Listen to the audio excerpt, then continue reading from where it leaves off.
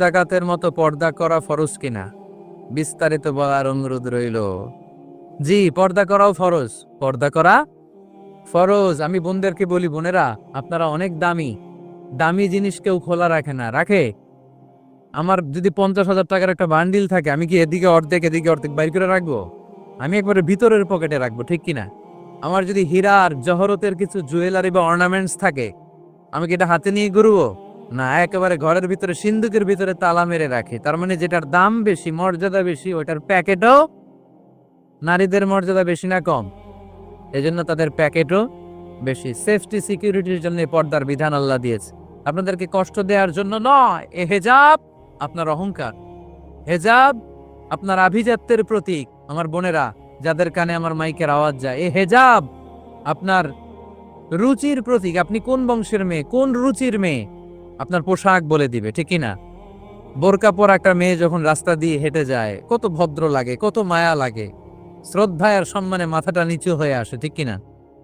বোরকা পরা মেয়েদেরকে ইপটিজিং করতে দেখছেন? তারা সাধারণত ইপটিজিং এর শিকার হয় না। যাদের ওড়নাটাই গলার মধ্যে ঝুলিয়ে রাখে, বুকটা দেখিয়ে রাখে, টাইট ফিটিং জামা পরে এদিক সেদিক ঘুরে বেড়ায়, এরাই সাধারণত পুরুষদের দ্বারা আকৃষ্ট হয়, ইপটিজিং এর শিকার হয়, লাঞ্ছনার শিকার হয়। জোরে কোন ঠিক কিনা?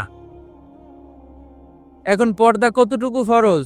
সবচেয়ে ভালো পর্দা হচ্ছে, আমার বোনেরা, শুধু চোখ খোলা রাখবেন, চোখ খোলা, আর বাকি সব ঢাকা, হাতের কবজি খোলা, এতটুকু। তবে বিষ্ণু ইসা ইসলাম এটা রুকসাতো দিয়েছেন, কেউ যদি চেহারা খোলা রাখে এটাও পর্দা হবে। শুধু চেহারাটা খোলা আর হাতের এতটুকু খোলা, কবজি পর্যন্ত, বাকিটা ঢেকে রাখতে হবে। এটাকে বলে রুকসাত। ফ্লেক্সিবিলিটির সাথে আপনি আমল করলেন। কোন মেয়ে যদি চেহারা খোলা রেখে বোরকা পরে, এটা জায়েজ আছে, এটা না জায়েজ না, এটা নিষেধ না, এটাও পর্দা। আর যদি চেহারা ঢেকে শুধু চোখ খোলা রাখে, এটা সবচেয়ে ভালো পর্দা, এটার বলে আজিমাত, এটার উপরে পর্দা হতে পারে না। তা আমি ওইটাই সাজেস্ট করি, শুধু চোখটা খোলা রাখেন, কারণ চেহারা হচ্ছে সৌন্দর্যের রাজধানী। চেহারাই যদি দেখে ফেলে তো সব দেখা হয়ে গেল, ঠিক কি না? তবে কোন বোন যদি ওই হাদিসের উপর আমল করে, যে হাদিস বলেছে চেহারা খোলা রেখে বোরকা পরা যায় আর হাতের কবজি, তাকে আপনি জোরাজুরি করতে পারবেন না, ওইটাও পর্দার অন্তর্ভুক্ত। বুঝতে পেরেছেন? আল্লাহ তাআলা আমাদের সবাইকে কথাগুলো বোঝার ও আমল করার তৌফিক দান করুক। আমরা পড়ি আমিন।